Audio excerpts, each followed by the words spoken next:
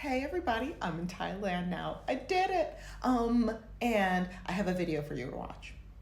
So watch this video and then we'll talk. MAGA men are not attracted to MAGA women, and that's why the uniformity exists in the MAGA women culture. That's why their clothes, their hair, their makeup, their cars, their music, their food, even down to their body scents, all are very similar. It's because they know that their subserviency is what keeps them, in play, keeps them in the game of marriage, of wifeness, of life, whatever it is to them.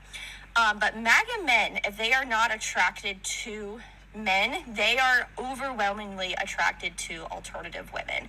And I say that as somebody who used to be in MAGA and as a bartender here in the South. MAGA men love alt women. They love chubbier women. They love women with yitties. They love women with thighs. They love the tattoos. They love the piercings. They love the hair. Most MAGA men are not attracted to the women that they have children and, spend the rest of their life with. They are attracted to the subservientness. And this creator that I'm going to tag underneath has done a really great job of clocking the amount of young MAGA men that have been in alternative spaces lately, hitting on women.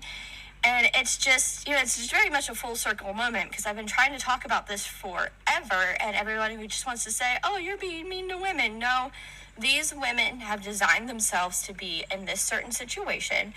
Therefore, that's the world that they live in. And, criticism is not always a bad thing. It's all about power and control. It's all about power and control.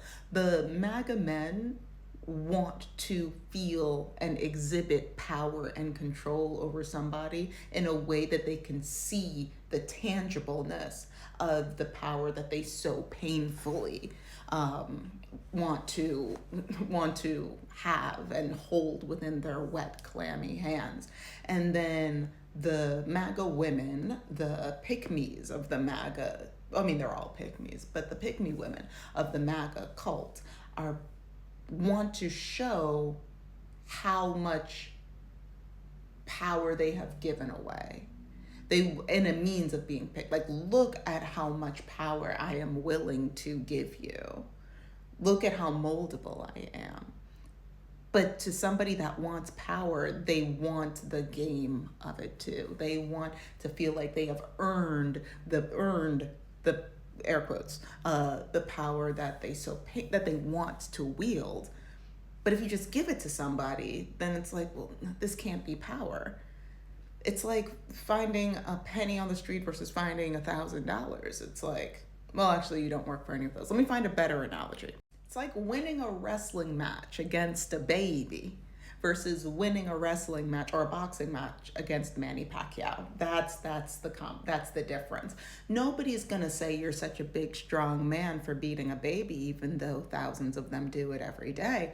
But they will say, wow, clearly this man has power. He's so masculine. He's so beefy. If you can beat a world-renowned boxer. Same thing goes in the dating space.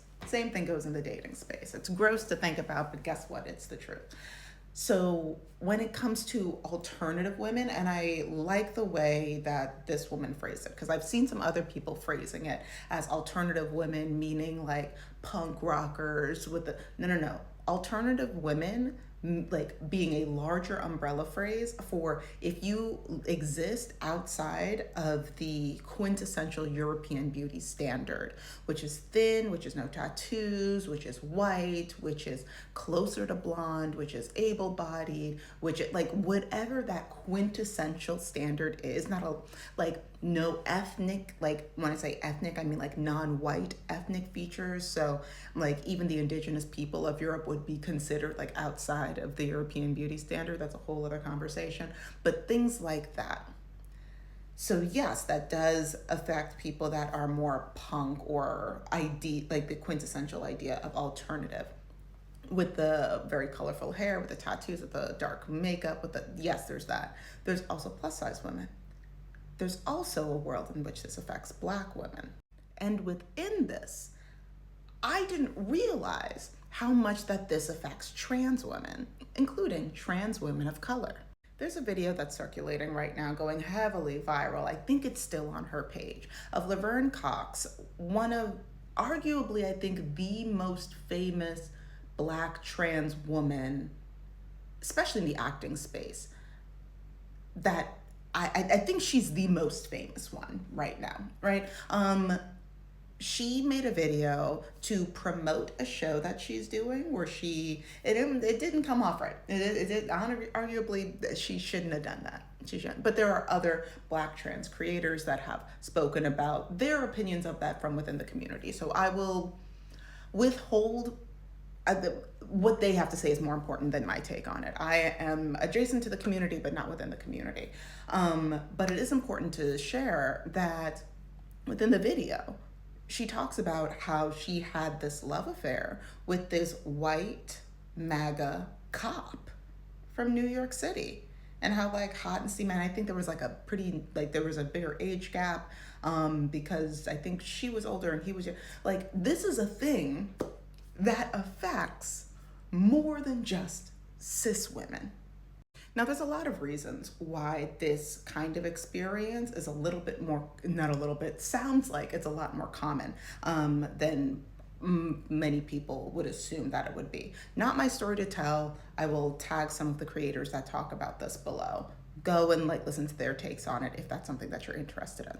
What I do want to talk about is that comparison, because it is more of a power trip to take somebody that is so far outside of what the standard is and then break and crack and shape and chip away and slash at this person that is so far outside of what the MAGA standard is, and then turn them into that thing, the caged bird theory. I've talked about it multiple times on here. Video is going to be linked right up here, right? Like, to transform this person that is so free and lively and has a voice and rights and to change that person into what you want them to be, that's more of a power trip than having a MAGA woman that's like, oh yeah, like I already wanted to be, I'm already this anyway.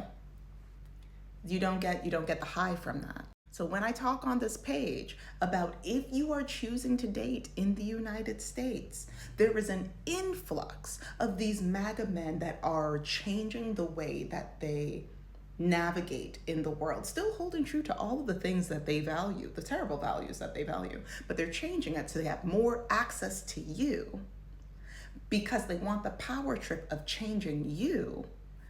This is what I'm talking about. And don't think that you're different or you're special or you're immune because you're Black, because you're Black and dark skin, because you're Black, dark skin and trans, because you're disabled, because you're plus size. This applies to all of us.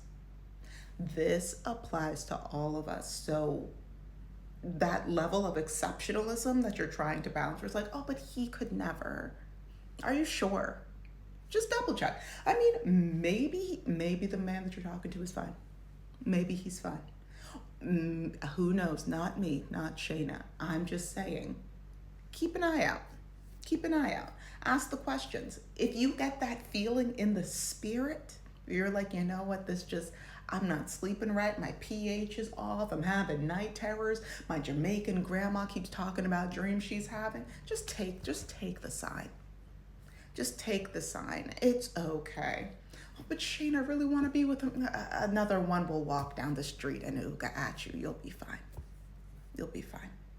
But these are my thoughts. Please leave yours in the comment section. For the love of God, stay safe out there.